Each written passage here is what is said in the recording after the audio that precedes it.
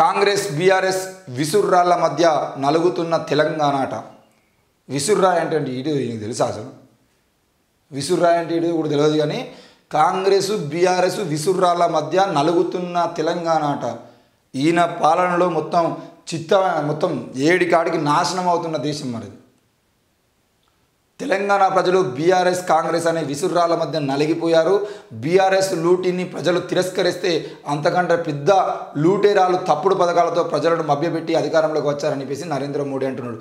Bulldozer కింద దేశం మొత్తం నాశనం అవుతా ఉంది. ఈ బుల్డోజర్ కింద దేశం మొత్తం నాశనం అవుతుంది.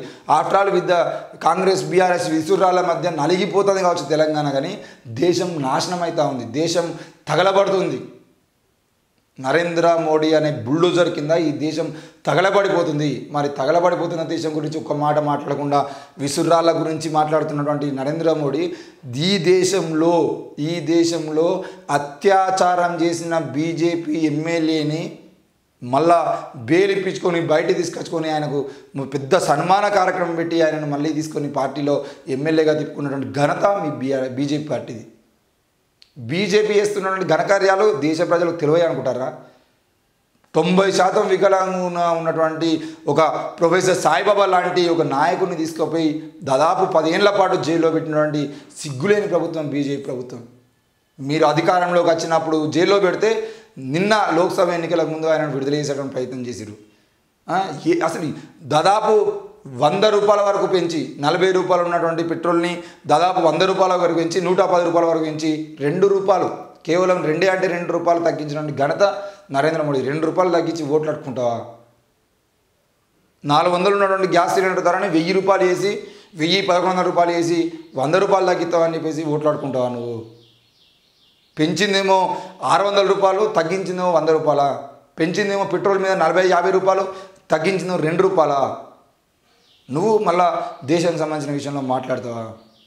నాగర్ కర్నూలు సభలో మాట్లాడుకుంటూ విసుర్రాల మధ్య నలిగిపోతున్నాం భయ్.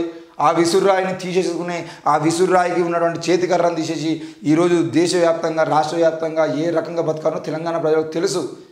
ఈ విసురాల మధ్యనే బతుకుతాం కావచ్చు, కానీ ఎట్టి పరిస్థితుల్లో కూడా బుల్డోజర్ కింద మొత్తానికి భ్రష్టు పట్టిపోయి బుల్డోజర్ కింద నాశనం అయ్యేటువంటి బతుకులు మాత్రం మేము తెచ్చుకోము. ఇది మాత్రం ఫిక్స్. బీజేపీతోనే రాష్ట్ర ప్రజల కళల సాకారం అవుతుందట. అసలు రాష్ట్ర ప్రజలకు ఏం కళలు ఉన్నాయి? రాష్ట్ర ప్రజల కళలు ఏందో నీకు తెలుసా? ఈ తెలంగాణ రాష్ట్ర ప్రజల కళలు ఏందో నీకు తెలుసా? రాష్ట్ర ప్రజల కళలు సాకారం చేస్తామనంటే మాకు బుల్డోజర్ పాలన వద్దు, అదే మా కళ. మాకు నల్లధనం మీరు తీసుకొస్తానని నల్లధనం మనిషికి 15 లక్షల రూపాయలు అకౌంట్లో ఇస్తా ఉన్నారు కదా, ఒక 15 లక్షల అకౌంట్లో వేయండి. మా కళకు అదే. ఈ దేశంలో మత సామరస్యంతో అన్ని మతాల వాళ్ళు అన్నదమ్ములుగా బతకడం అనేది మా కళ. తెలంగాణ రాష్ట్రంలో పక్కా అన్ని కులాలు అన్ని మతాలు అన్నదమ్ములుగా బతకడం కోసం మేము కళలు అంటున్నాం. మా కళలు సాకారం చేసే దమ్ము బీజేపీ పార్టీకి ఉందా? ఈ తెలంగాణ ప్రజల కళ కూడా సిఏఏని అమలు చేయకపోవడం, జమిలీ ఎన్నికలు మాకు అద్దు, ఇవన్నీ మేము కోరుతున్నాం. బీఆర్ఎస్ పార్టీ అదే కోరుతుంది, కాంగ్రెస్ పార్టీ అదే కోరుతుంది, బీఎస్పీ పార్టీ అదే కోరుతుంది, ఇక్కడ చాలా పార్టీలు అదే కోరుతున్నాయి. మరి మా కళని సాకారం చేసే దమ్ము నరేంద్ర మోడీకి ఉందా?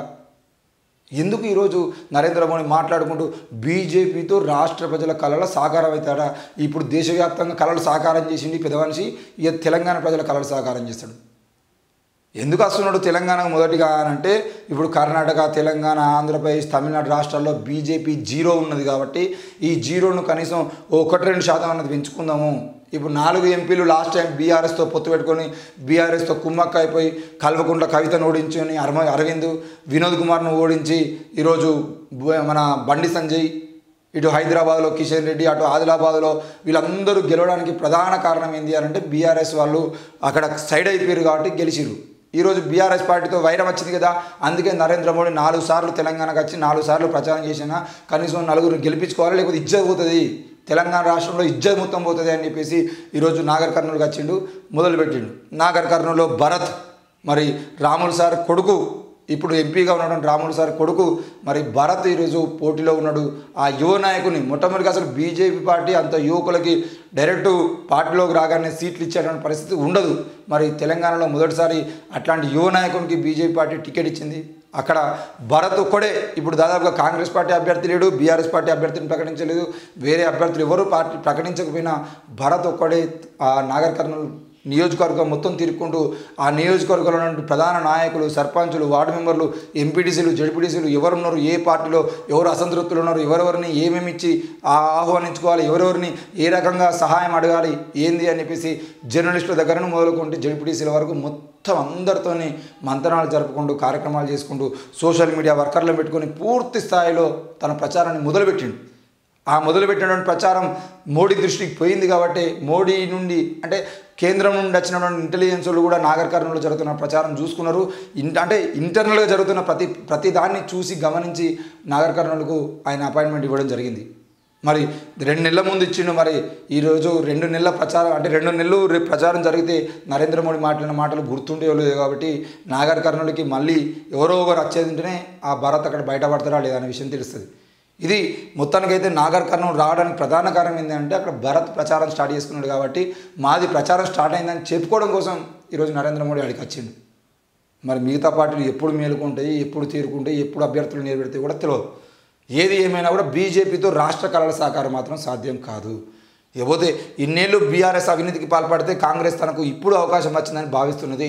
ప్రతి క్షణం 140 కోట్ల మంది నా కుటుంబ సభ్యుల కోసమే పనిచేస్తున్నా, మళ్ళీ అధికారం అందిస్తే రాత్రింబవలు పనిచేసి అభివృద్ధి చేస్తా. నాగర్ కర్నూలు విజయ సంకల్ప సభలో ప్రధాని మోడీ 140 కోట్ల మంది నా కుటుంబ సభ్యులు అంటున్నాడు నరేంద్ర మోడీ. ఆ 140 కోట్ల మందికి నీ కుటుంబ సభ్యులుగా సభ్యత్వం ఇచ్చేసి ఈ దేశం మూలవాసులే అని చెప్పేసి అందరికీ ఈ దేశం వాళ్ళే అని చెప్పేసి సిఏఏ అమలు చేయకముందే ఈ 140 కోట్ల మందికి వీళ్ళందరూ భారతీయులు చెప్పేసి ముద్రేయండి. ఈ 140 కోట్ల మందిని ఎన్ని కోట్ల మందిని ఈ దేశంలోకి వెళ్ళి బయట పంపించాలని కుట్ర చేస్తున్నావు నరేంద్ర మోడీ? ఎన్ని కోట్ల మందిని ఈ దేశంలోకి వెళ్ళి బయట పంపించడం కోసం కుట్ర చేసుకుంటూ మళ్ళీ 140 కోట్ల మంది నా దేశ ప్రజలే అని చెప్పేసి ఎట్లా మాట్లాడుతున్నావు? ఈ దేశంలో మణిపూర్లో అత్యాచారం చేసినటువంటి నీ కుటుంబ సభ్యులకు సంబంధించిన విషయంలో బట్టలిప్పి తిప్పినటువంటి నీ కుటుంబ సభ్యులకు సంబంధించిన విషయంలో నువ్వు తీసుకున్న నిర్ణయం ఏంది? ఈ దేశంలో తగలబడుతున్నటువంటి రాష్ట్రాల్లో అటు జమ్మూ కాశ్మీర్ కానీ మణిపూర్ కానీ ఈ రాష్ట్రాల్లో మొత్తం రాష్ట్రంలో ఉన్న ప్రజలందరినీ అత్యాచారాలు చేసి చంపేస్తున్నటువంటి క్రమంలో నీ కుటుంబ సభ్యుల మీద అత్యాచారాలు జరిగినప్పుడు, నీ కుటుంబ సభ్యుల మీద మారణ హోమాలు జరిగినప్పుడు నువ్వు తీసుకున్న నిర్ణయాలు ఏంది? ఆ విషయాలు చెప్పు. రేపటి రోజున తెలంగాణలో కనుక బీజేపీ అధికారంలోకి వచ్చేదంటే తప్పకుండా ఇక్కడ ఉన్నటువంటి వాళ్ళ మీద కూడా లంబాడీలకు గిరిజనులకు మధ్య గొడవలు పుట్టించి వాళ్ళ మీద కూడా ఈరోజు మొత్తం వాళ్ళను బట్టలిప్పి తిప్పినా కూడా అడిగేటువంటి నాయకులు లేకుండా చేస్తారు ఈ బీజేపీ నాయకులు. మణిపూర్లో జరిగిందే తెలంగాణలో జరగబోతుంది, ఇది మాత్రం పక్కా. ఆ విషయాన్ని ప్రజలందరూ గుర్తుపెట్టుకోవాల్సిన అవసరం ఉంది.